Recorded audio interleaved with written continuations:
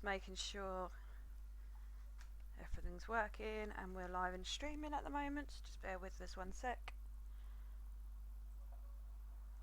Just checking the old Facebook profile, as this is a live lesson. I just want to make sure that is ready to go.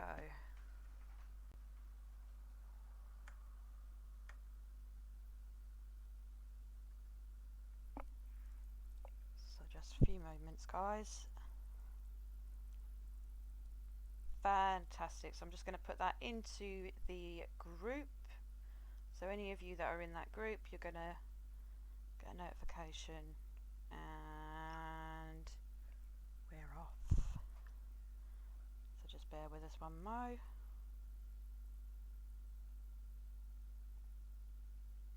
Perfect. Right, sorry about that, guys. Just wanted to quickly just make sure everything was up and running nice and smoothly before we crack on. So, welcome back to Spanish Saturdays, and we're on lesson 3 now. I hope everyone's been alright over the last week or so. I for one have not exactly had the best week in the world, but as you probably know, I'm a spoonie, so health is often up and down anyway. But hopefully we'll have a good lesson today, and yes, do enjoy. So today, I know we've done this last week as well, where we recapped on the alphabet, but I do find it quite important at the moment, especially where we're at this early stage of our Spanish learning. It's something that I do want to reiterate a couple of times, because at the end of the day, it's been a week since we last saw each other. It's probably a good start. Sorry, bear with me one moment. Oh, apparently my phone is actually talking at me as well. This is quite weird. Right, sorry about that. Right, so it's just to reiterate the alphabet, because you know, at the end of the day, sometimes we just need a bit of a refresh, especially in the early days. So I'm just going to go through that one more time with you. I'm not going to spend too long on here, because by now we're kind of getting that into practice a bit more. So as we know, it's A, B, C, D, E, F, G, H, I, J, K, L, M, N, Ñ, O, P, Q, R o R, S, T, U, V, W o W, X. You would pronounce yeah, but this one I've obviously not looked at properly. That's my mistake. So it'll be Y or Y as it's pronounced, and of course theta. And of course, last week we did touch on the number system. It's quite a lot to take in, and I'm not expecting you guys to have known all of this by now. I mean, I only introduced this a week ago, so I'm not expecting you to be masters at this just yet. It does take some time, and even I, you know, having spoken Spanish for 14-15 years now, quite a while, I still make mistakes at numbers, because they're obviously very different from ours. They're very different from other languages as well, so it's something that I always like to keep practice of. But of course, they're here again just to give you a little refresh on last week. And I do really like this website, Spanish411.net, because they do have a lot of very easy to read and very easy user-friendly materials on their website. So I'm quite a fan of theirs, and I don't know why I didn't use it for the alphabet. So that's my fault on that one. But of course, as you can tell, there's a lot of numbers. But I'm only really concerned with a few of them at the moment, because at the end of the day, we're not going to be going on to the great big numbers until maybe later, or it's not something that we'd be using every single day of unless we're a mathematician, and then in that case you might want to learn your numbers. But of course, I'm just going to go up to 30, just to sort of give a bit of a recap on the first 30 numbers, and then obviously you can see them there. Feel free to take this with you and practice at home. So we'll start with 0, 0, 1, 2, tres, cuatro, cinco, seis, siete, ocho, nueve, 10, 20. Oh, where have I gone 20? Oh, that's my fault. I apologise. 10, 11. I'm reading downwards. Onward. 11, 12, 13, 14, 15, 16, 17, 18, 19, 20. There we are. I'm reading it downwards and not that way. That's a bit silly. And of course, 21, 22, 23, 24, 25, 26, 27, 28, 29 y 30. And of course, that similar pattern then sort of repeats. Just remember that you've got 21, so it will be 30 and 1, 30 and 2 after that. And that does follow that same pattern when you go into the 40s, 50s and so on.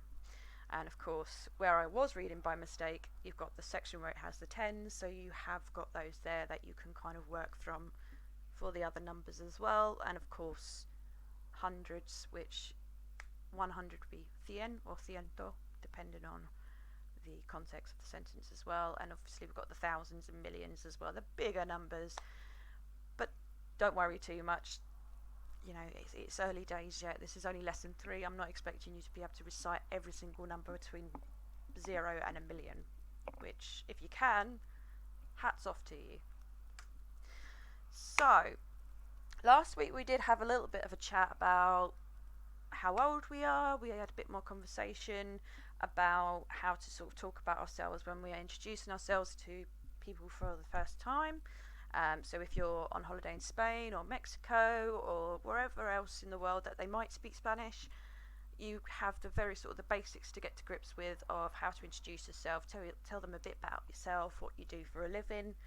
So today we are expanding on that a little bit more, but we're also adding a few other bits in as well, because you're going to need some things in order to have these conversations in the first place. So obviously you need your numbers, you need your alphabet, so that you know that your pronunciation is brilliant. As you do know that I prefer to use the lisp, so I will pronounce words very much like the Spaniards would, so I use the th and theta, things like that. But of course, if you do not want to use the lisp and you want to use the s sound, so like gracias rather than gracias, that's absolutely fine. Just stick to one or the other and it's all good. There's no wrong or right way to do this. It's whatever's easier for you. Some people find one easier than the other. I just chose the list because I kept getting told off in Spain for not using it. So, ¿cuántos años tienes? So we did touch on this briefly last week, which was how old are you? And there are other ways to say that as well. I thought I'd include that on this video. So, ¿cuántos años tienes? Which is how old are you? But you've also got another one that comes up not quite as often in my experience, ¿qué edad tienes? Which is basically what age do you have?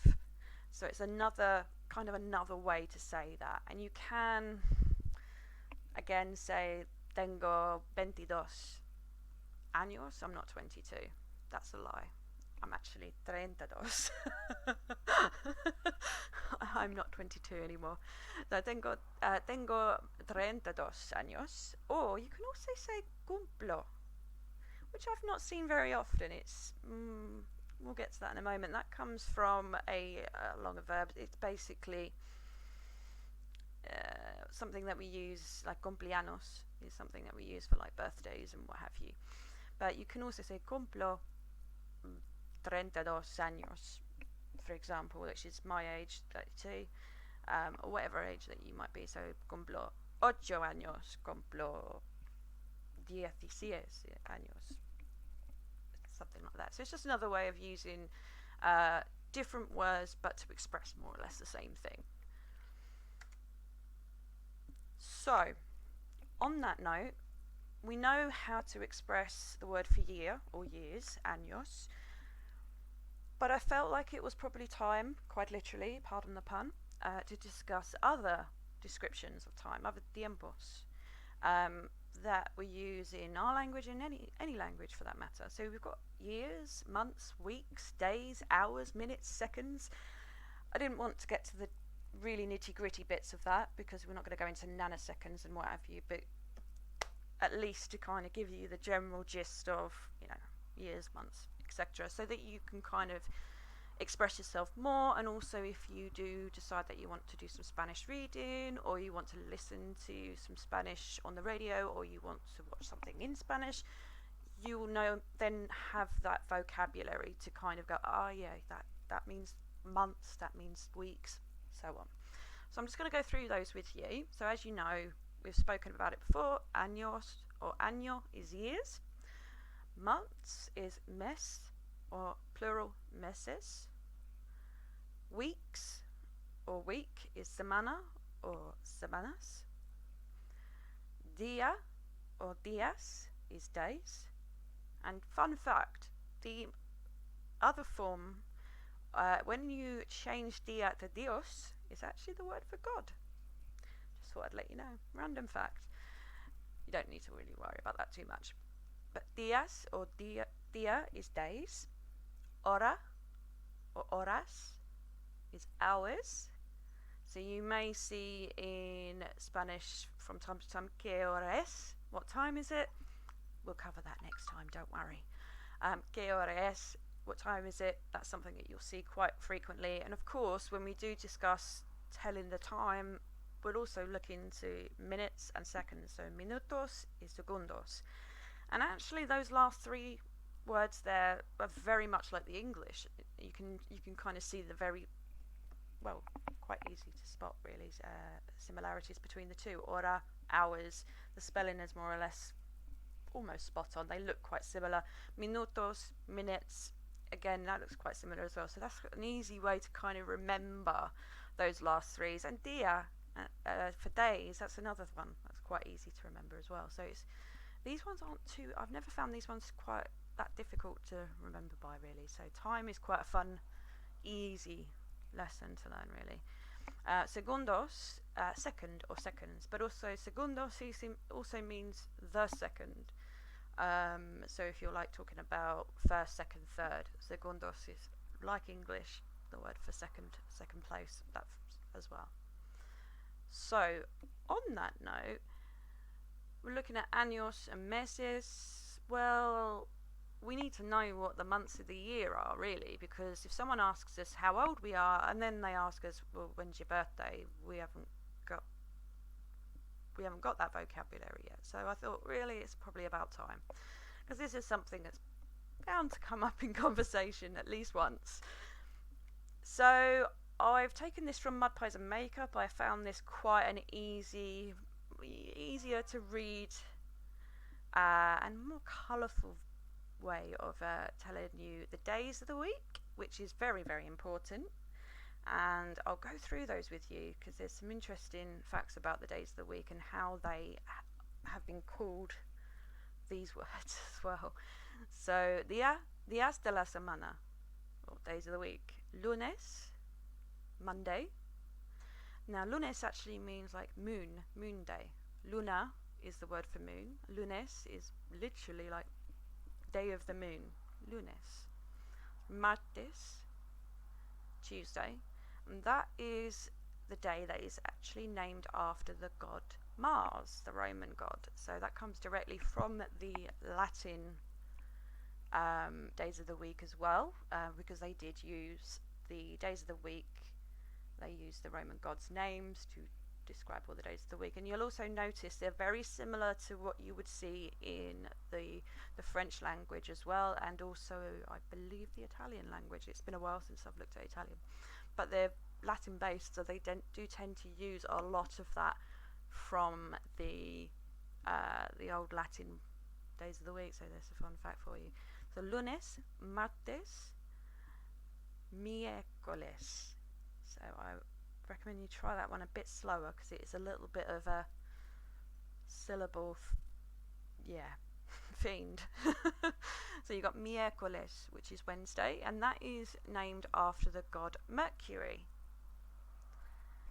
who was the messenger god, and also it's the first planet closest to the sun. Jueves, I cannot remember what jueves was. Jueves is Thursday. Viernes, Friday. Sábado. So you might remember when I mentioned last week about the accent. So when you have an accent that hovers over a vowel sound, you're meant to pronounce that a bit more, a bit longer, or you stress that accent a bit more than the other vowels in that word.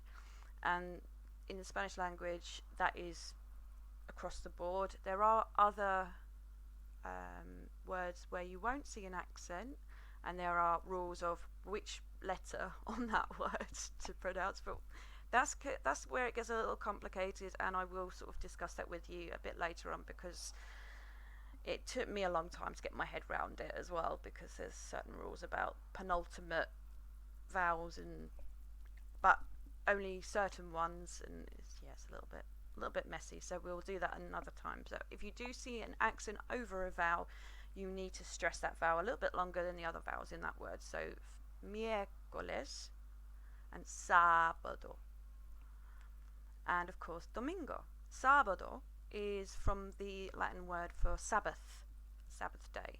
So it's actually quite an old word, really, to be honest. It's the day where people originally would go to church, especially in the times of Judea, and the Jewish people would go on the Sabbath day, and actually Saturday comes from that as well. And Domingo is quite literally the end, the final day of the week. But depending on what your religion is, you might actually go to church on a Sunday, and if you don't have a religion at all, then, well, this is irrelevant to you. But this is where a lot of these words originate from, and it's quite interesting. So you've got lunes, martes, miércoles, jueves, viernes, sábado, domingo. And I thought I'd highlight the months of the year as well, because you're going to need them. It's all very well and good sort of saying fourth month of the year, but it kind of sounds a lot nicer when you can say January or February, rather than saying, oh yeah, the first month of the year is my birthday, or the first month of the year is when we're going to do this. So this is quite self-explanatory, and I will kind of go over a few of these with you as well. So enero, January. Febrero, sorry, but that was my fault. Febrero. Marzo. Sounds familiar again, doesn't it? Sounds a bit like Mars. Marzo. Abril. Mayo.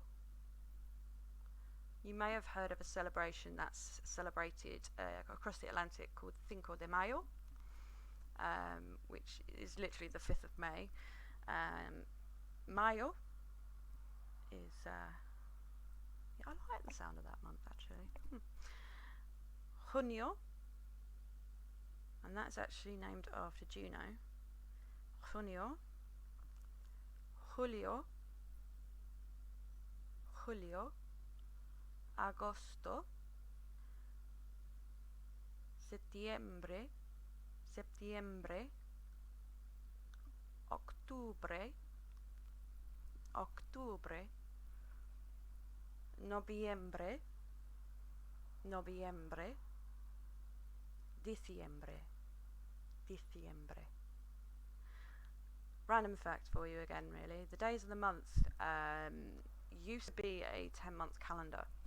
So when you get to September, October, November, December, or Septiembre, Octubre, Noviembre, Diciembre, these actually were the 7th, the 8th, the 9th, and the 10th month. But Julius Caesar decided he had to have 2 months of the year just for himself.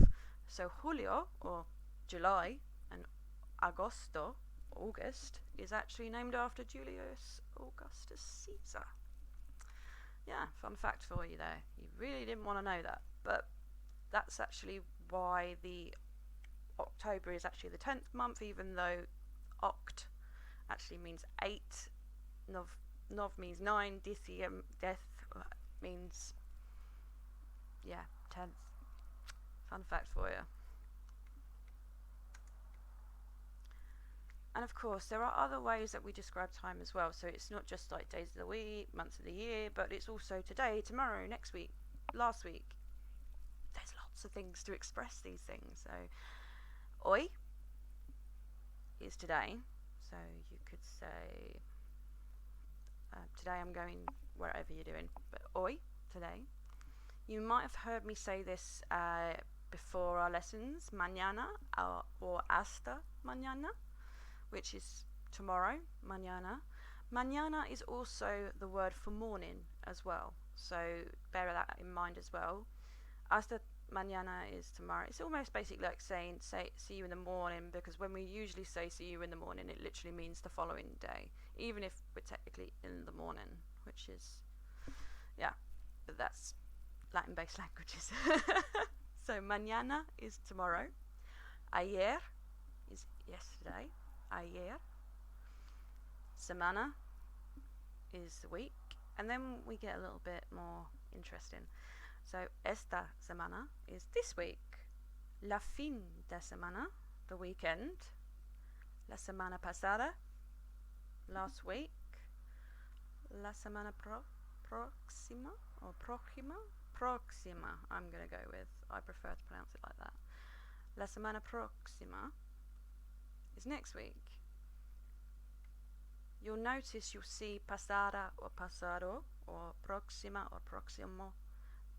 If you see either of those, it usually means either last or next. So bear that in mind, because you'll probably see this come up again in just a moment. And of course you've got mes, which is the word for month. Este mes, this month. El mes pasado, last month. El mes próximo, next month. Año, year. Este año, this year. El año pasado, last year. El año, I apologise, my ñe is not written there correctly. That's my fault. El año próximo, next year. Quite simple, but they're useful things to have in your vocabulary for if you ever make plans with your Spanish speaking friends. It's extra for your vocabulary, write those down or whatever you want to do. Very helpful for conversation. So just reiterating everything that we've gone through just now. So if you wanted to say, these are examples really. So today is Saturday the 18th of April, which is actually true at the time of this recording and live class. You would say, hoy es sábado 18 de abril. Abril. Sorry, that's my fault. Hoy es sábado 18 de abril. Quite simply, today is the 18th of April. Tomorrow is Sunday the 19th of April. Mañana es domingo 19 de abril. Mañana es domingo 19 de abril.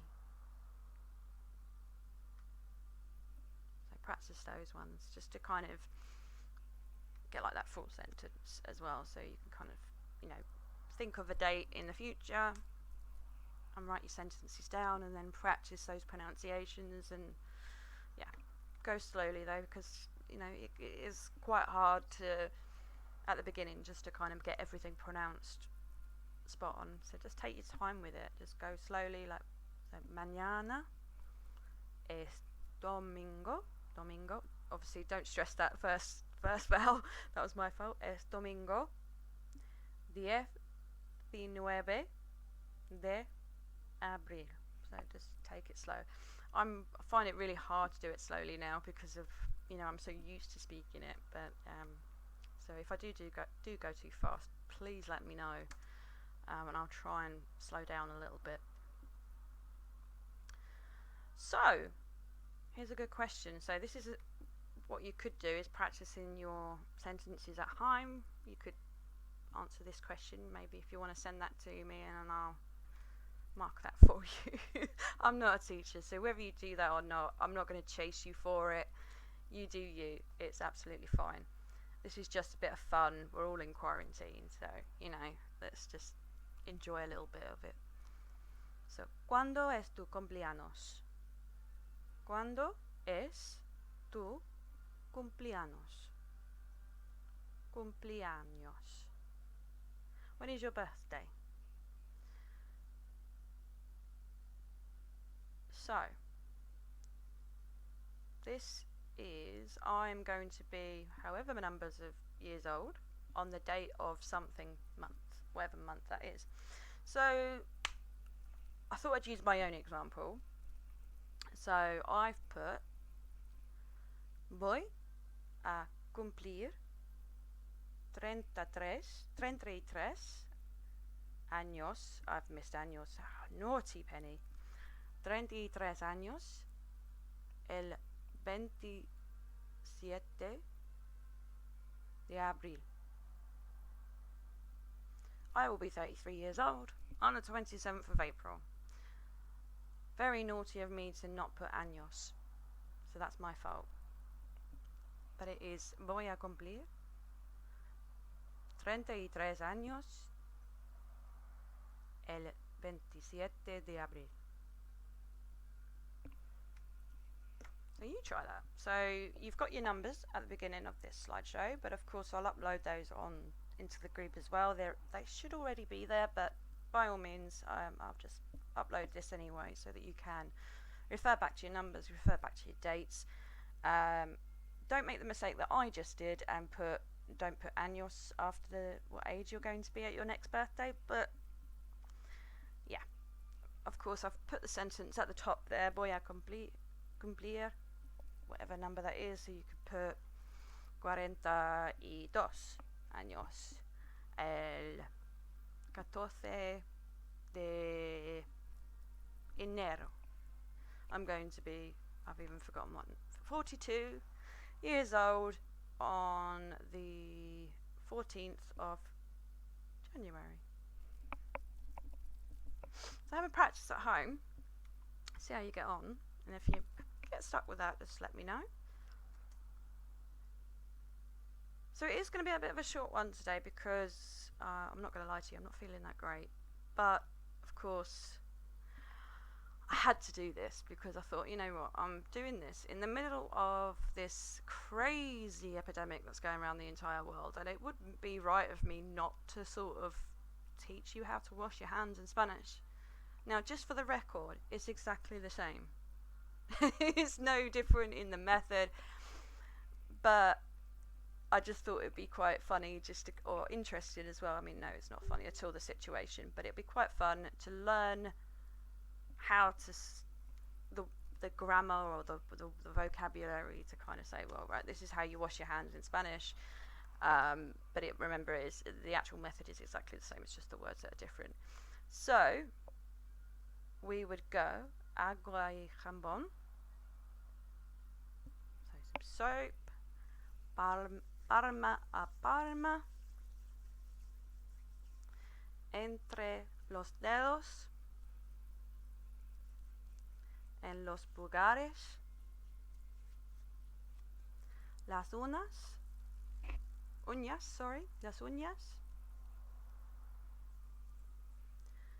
en las muñecas, enjuagar las manos secas. And I can't believe I just did the actions for that, but I felt like it needed to be done. Don't worry about the top part.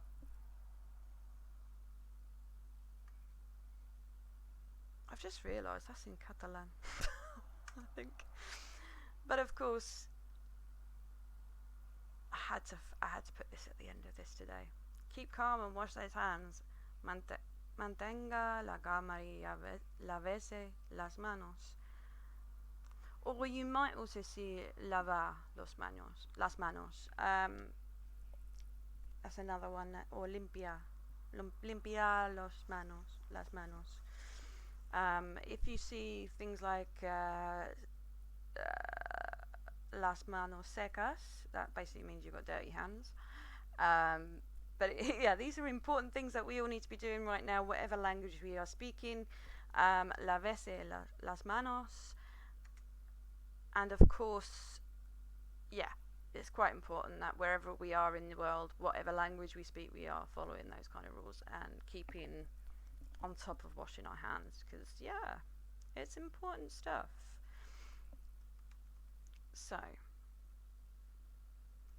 lavate las manos o lavar las manos, agua, jabón, palma a palma, entre los dedos, en los pulgares, las uñas, en las muñecas, enjuagar las manos, manos secas. It's just a very simple way of showing you how to wash your hands if you're in a Spanish bathroom. That's pretty much it. But of course, I thought I've got to find this out because, yeah, it's the time that we're in. Hopefully, if you're watching this in the future, a year or so from now, yeah, it'll be a bit of a surreal thing for me to go, oh, this is how you wash your hands if you're in Spain. Hopefully, we won't be in this situation in a year's time, but well, we'll see. But of course, naturally, it wouldn't be right of me to not encourage this. So do keep calm and wash those hands, keep safe, and obviously support your essential key workers wherever you are. And yeah, just keep in touch with everybody, guys, because at the end of the day, this is a really, really dark time that we're all finding ourselves in, and the best that we can do is to follow the rules, stay in, stay home, stay healthy and safe, and of course to try and do our best to have as much fun as we possibly can. I appreciate it's a bit of a shorter session today, but you know, I think it's majorly important that that's what we're focusing on and trying to have fun. There's people doing exercise classes, there's me doing this badly, I must add, but I'm still doing it. I'm giving it a go because I've never done it before, and I think it'll be a learning experience for me too as a potential teacher. Plus I like languages, and I like being able to teach people certain things and language, and it's fun, isn't it? So, hasta la semana próxima, or hasta la próxima. Hasta la próxima is literally like till next time. And the photo, I'm not going to lie, I'm showing off. This was a photo that I took when I was living in Valencia, and it was where El Mercado is in Valencia. I cannot remember where it is off the top of my head because it's been a very long time since I lived there. But I remember walking into this sort of circular courtyard, which is what you're seeing on the screen there, and the colours of the buildings were just gorgeous. So I took the photo, and I thought I'd share it today because it's one of my favourite photos that I've ever taken. That, and I've got a few others that I took out there as well that I just thought were incredible.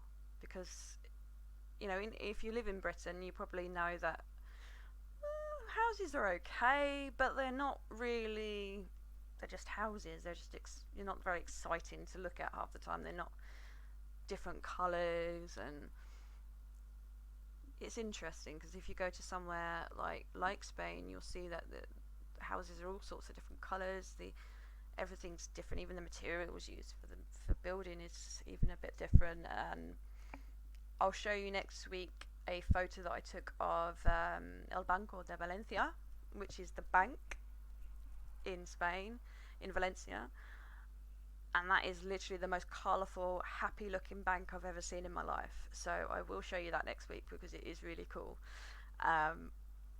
And it's still there when I went and visited in 2016, because I did walk past it and I was like, yes, it's still bright and colourful and beautiful.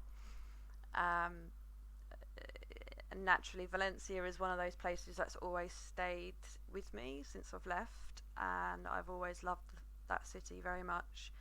It's, I always say that I left some of my heart there, mi corazón. So I've always looked back very fondly of those times, because that was a really good time for me. That's when my Spanish kind of went from embarrassing to to quite good. So it was quite interesting how in a very short space of time, where literally no one speaks English, and I wasn't even joking, unless you go to the really high touristy areas, there wasn't anyone that spoke English. It was Spanish or Valenciano as well.